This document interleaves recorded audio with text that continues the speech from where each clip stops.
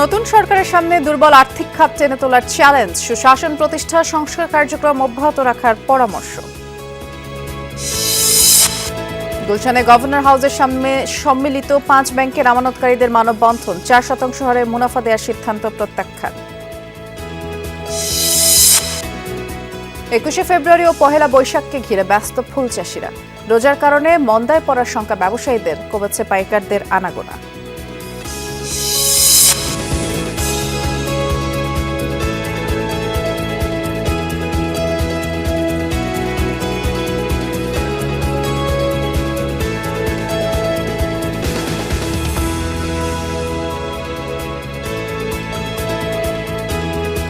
শুভেচ্ছা, আমন্ত্রণ বিজনেস টুডেতে। নুসরাত বৃষ্টি আপনাদের সাথে আছে। শিরোনামগুলো শুনছিলেন। প্রথম শিরোনামে জানালাম সামষ্টিক অর্থনীতি স্থিতিশীলতা ফিরিয়ে আনার পাশাপাশি দায়িত্ব নিয়ে দুর্বল আর্থিক খাত টেনে তোলার চ্যালেঞ্জ মোকাবেলা করতে হবে নতুন সরকারকে।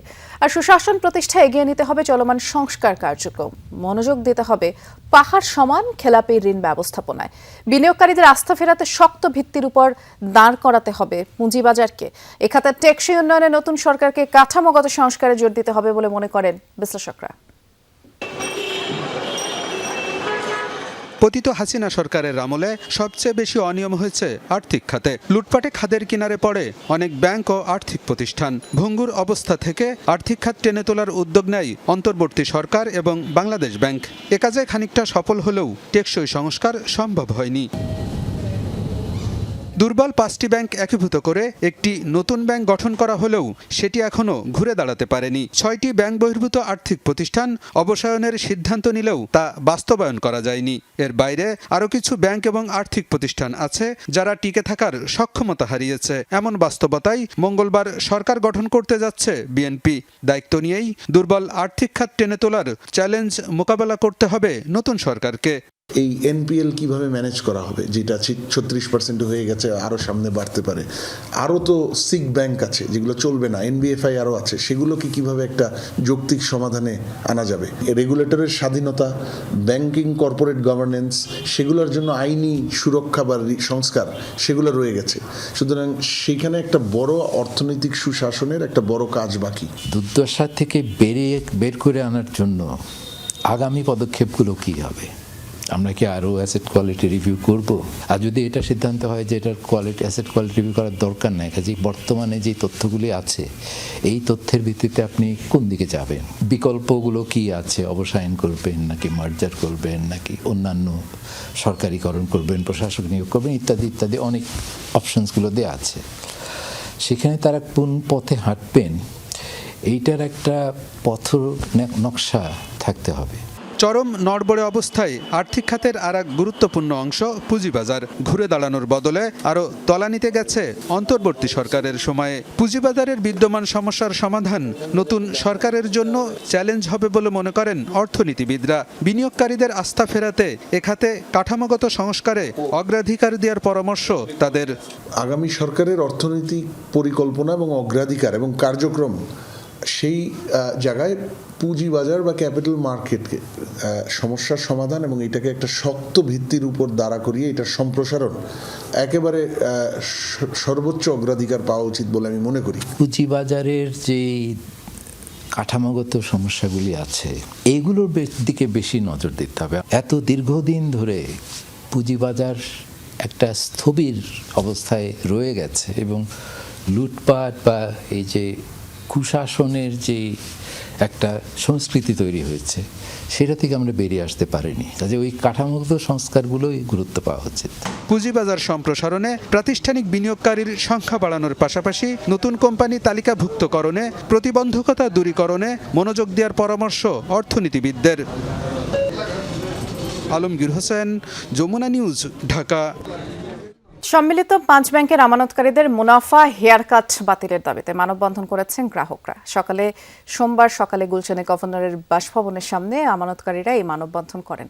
এ সময় তারা সোশ্যাল ইসলামী, এক্সিম ইউনিয়ন, গ্লোবাল ইসলামী, ফার্স্ট সিকিউরিটি ইসলামী ব্যাংকের গ্রাহকদের আমানতের বিপরীতে 4% হারে মুনাফা দেওয়ার সিদ্ধান্ত প্রত্যাহার চান এবং সেই সাথে ব্যাংকগুলোতে যেন তারা অনলাইন লেনদেন সহ স্বাভাবিক কার্যক্রম করতে পারেন সেই দাবিও করা হয়। দাবি মেনে না নেওয়া পর্যন্ত আন্দোলন অব্যাহত রাখার ঘোষণা দেন সম্মিলিত ইসলামী ব্যাংকের আমানতকারীরা। 1.5 ঘণ্টা পর আন্দোলনকারীদের সরিয়ে দেয় পুলিশ। গভর্নর মনসুর সাহেবের একটা কালো আইন, উনি বলছে 24-25-এর যে মুনাফাটা নেওয়া হয়ে গেছে ওখানে আমাদের 12-13% করে এক একজনের সাথে এগ্রিমেন্ট করা, উনি এখন সেটা বলতেছে ওটা 4% করে দিবে। আমরা রাস্তায় নামতে বাধ্য হয়েছি, আমরা বাসা ভাড়া দিতে পারি না, ছেলের স্কুলে কার কাছে হাত পাততে যাব? 1.5 বছর আগে তো এই সমস্যা ছিল না। হেয়ার কাট যদি দিতেই হতো উনি প্রথম দিকে দিত, এখন 17-18 মাস পরে এসে বলতেছে যে আন্তর্জাতিক অডিট দিয়ে দেখা যাচ্ছে যে এই ব্যাংক লস হয়েছে।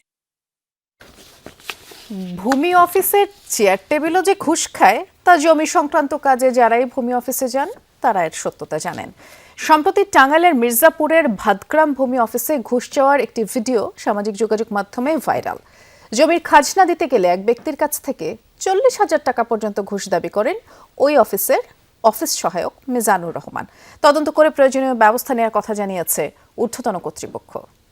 2-3 হাজার 10-15-20 হাজার টাকা খরচ করেন তো বেটা অধিকরণের এটা আপনি কত কেমনে আপনি চাইলে আমি আপনারে কই হেরি আমরা চাইতেছি 30-40 হাজার কইতাছি না। সেবানিতে আসা ব্যক্তির সাথে অফিস সহায়কের এই কথোপকথনের ভিডিও এখন সামাজিক যোগাযোগ মাধ্যমে ভাইরাল। এ নিয়ে এলাকায় তৈরি হয়েছে সমালোচনার ঝড়। 30-40 হাজার দিনকে পরে দিবে আর আপনি ভুক্তভোগী আজহার শিকদার জানান, টাঙ্গাইলের মির্জাপুর উপজেলার ভাতগ্রাম ভূমি অফিসে বাড়ি ও কৃষি জমির খাজনা দিতে যান আজহার ও তার পুত্রবধূ। কাজের জন্য তাদের কাছ থেকে 30 থেকে 40 হাজার টাকা ঘুষ দাবি করেন অফিস সহায়ক মিজানুর রহমান। সেই কথোপকথনের ভিডিও ধারণ করে সেটি সামাজিক যোগাযোগ মাধ্যমে প্রকাশ করেন আজহারের পুত্রবধূ। আমার জমিটা খারিজ করেন টাকা খারিজে নিয়ে গেছি, 50,000 লাগবো। পরে মনে করেন 10,000 টাকা আমি দিয়েছিলাম, কিন্তু আমার খারিজটা দেয়নি। আমি ভিডিও করছি, তার মানে এলো উনি যে আমারে টাকা চাইছে এটার প্রমাণ রাখার জন্য, কারণ উনি অস্বীকার করে ফেলাইবো যে আমি আপনার কাছে কোনো টাকা চাই নাই। এই জন্য আমি এটা ভিডিও করে রাখছি যাতে উনি অস্বীকার না করতে পারে। ভূমি অফিসের এক কর্মচারী পরিচয় গোপন করার শর্তে বলেন, বিভিন্ন কাজ সম্পাদনে নিয়মিতই ঘুষ নেন এই অফিস সহায়ক। এই লোক আইসে আজকে 10-15 দিলাম, তার মানে বেশি চাই। কত চাই তাও? আমার 220,000 এরকম চাই। এ বিষয়ে প্রশ্ন করলে কোনো সদুত্তর দিতে পারেনি অভিযুক্ত অফিস সহায়ক মিজানুর রহমান। বলেন, ব্যাখ্যা দেন, আপনি তো একজনের কাছে টাকা চাইতে পারেন না, অবশ্যই আপনার অফিসে খরচ আছে, কোন খাতে খরচটা বলেন না। ভাই আমি হার্টের রোগী ভাই, আমার মাইরা লাইনে ভাই মরে যান ভাই, আমি অসুস্থ শরীর। ভূমি অফিসের উপসহকারী ভূমি কর্মকর্তা দেলোয়ার হোসেন বলেন, অভিযোগ প্রমাণিত হলে সংশ্লিষ্ট কর্মচারীর বিরুদ্ধে ব্যবস্থা নেওয়া হবে। এছাড়া সেবা পেতে নির্ধারিত ফি ছাড়া অতিরিক্ত কোনো টাকা দাবি করলে তাৎক্ষণিকভাবে ঊর্ধ্বতন কর্তৃপক্ষকে জানানোর আহ্বান জানান তিনি। আমি এই বিষয়ে সম্পূর্ণভাবে কোনো ওয়াকিবহাল না। আর সবচেয়ে বড় কথা হলো 30-40 হাজার টাকা কেন চাইছে খারিজ করতে, এত টাকা লাগায় না, সরকারি ফিতে এত টাকা না। ঘটনার পর স্থানীয়দের মধ্যে ব্যাপক ক্ষোভ দেখা দিয়েছে। দ্রুত তদন্ত করে প্রয়োজনীয় ব্যবস্থা নেওয়ার দাবি জানিয়েছেন তারা। জারিন অর্নি, যমুনা নিউজ। আখাউড়া স্থলবন্দর দিয়ে আমদানি রপ্তানি কার্যক্রম শুরু হয়েছে। সকালে মাছ, পাথর, শুটকি এবং সিমেন্ট বোঝাই ট্রাক বন্দর থেকে ছেড়ে গিয়েছে। নির্বাচনের জন্য বেশ কিছুদিন কার্যক্রম বন্ধ ছিল বন্দরে। টানা 4 দিন বন্ধ থাকার পর আমদানি রপ্তানি বাণিজ্য কার্যক্রম শুরু হয় এবং ত্রয়োদশ জাতীয় সংসদ নির্বাচন, গণভোট, সাপ্তাহিক ছুটি মিলিয়ে টানা বন্ধের পর সোমবার সকালে ত্রিপুরায় মাছ রপ্তানির মধ্য দিয়ে বন্দরে বাণিজ্যিক কার্যক্রম শুরু হয়েছে। তাই ব্যবসায়ী ও শ্রমিকদের মধ্যে কর্মচাঞ্চল্যতা ফিরেছে। বন্দর কর্তৃপক্ষ জানায়, সকালে 40টি ট্রাকে করে প্রায় 120 টন মাছ ভারতে রপ্তানি হয়েছে এবং মাছ ছাড়াও বেশ কিছু পণ্য ভারতে প্রবেশ করে।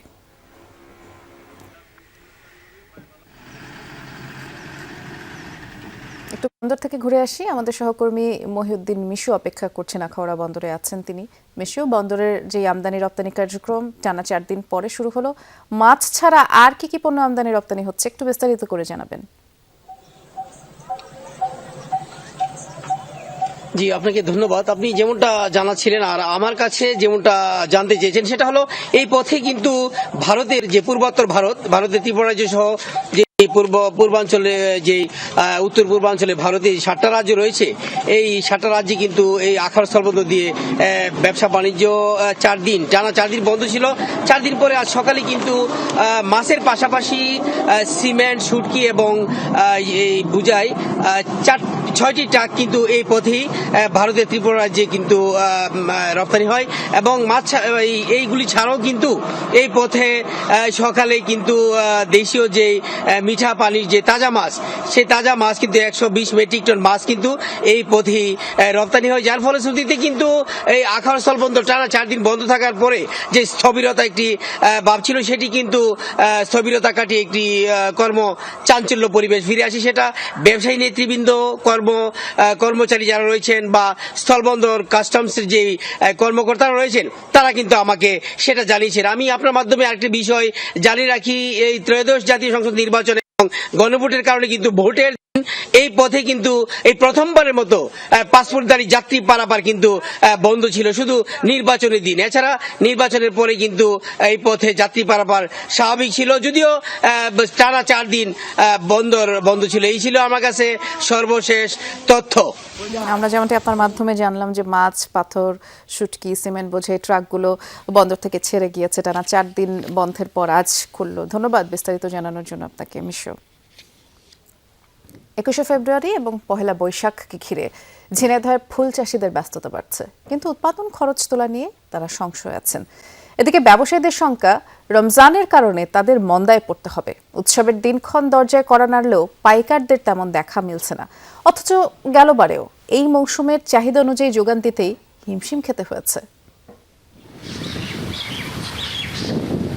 ঝিনাইদহ ফুলের রাজধানী হিসেবে পরিচিতি পেয়েছে দক্ষিণ পশ্চিমাঞ্চলের এই জেলাটি। বিস্তীর্ণ মাঠ এখন ছেয়ে গেছে গাঁদা, গোলাপ আর রজনীগন্ধার মায়াবী রঙে। সামনে আন্তর্জাতিক মাতৃভাষা দিবস আর পহেলা বৈশাখ, অথচ উৎসবের এই মৌসুমেও ঝিনাইদহের ফুল চাষিরা এখন দুশ্চিন্তায়।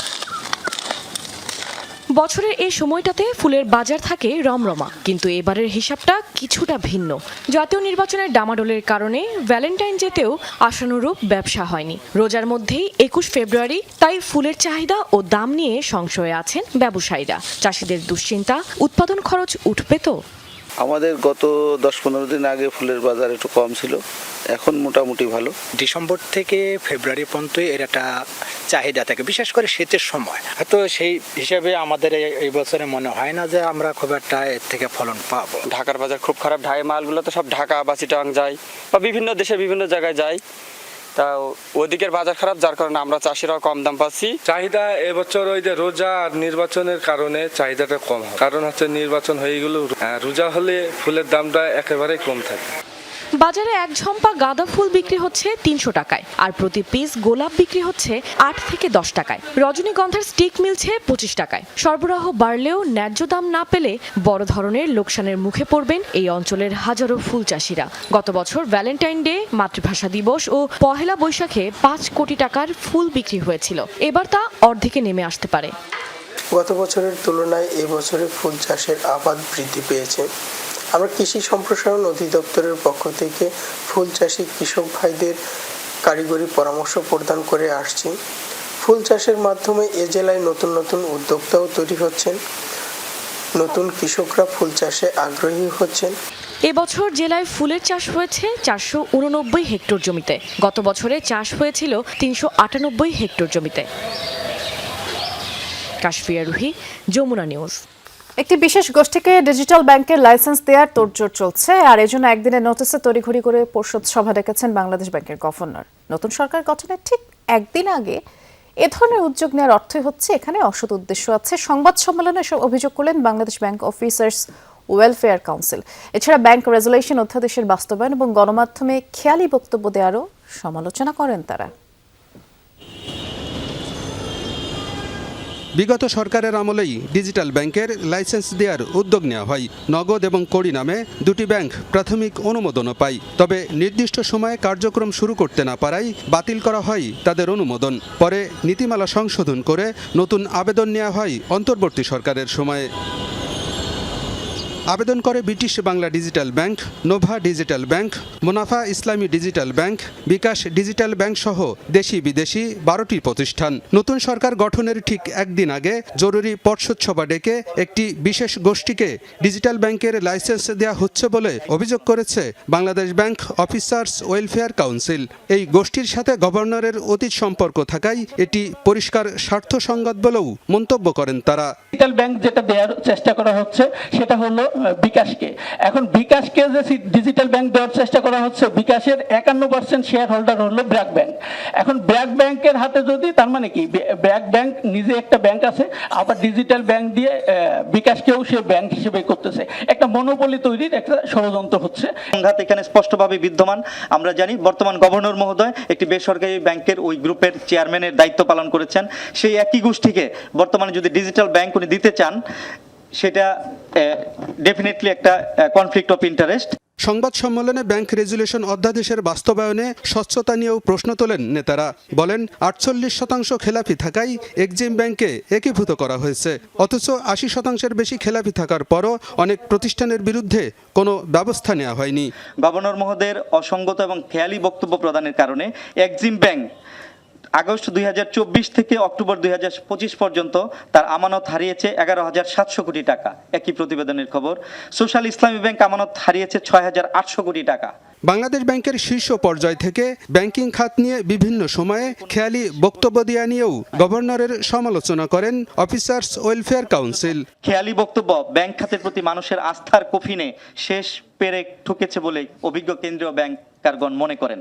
আলমগীর হোসেন, যমুনা নিউজ, ঢাকা। এই ছিল বিজনেস টুডের এখনকার আয়োজনে সাথে থাকার জন্য সবাইকে ধন্যবাদ।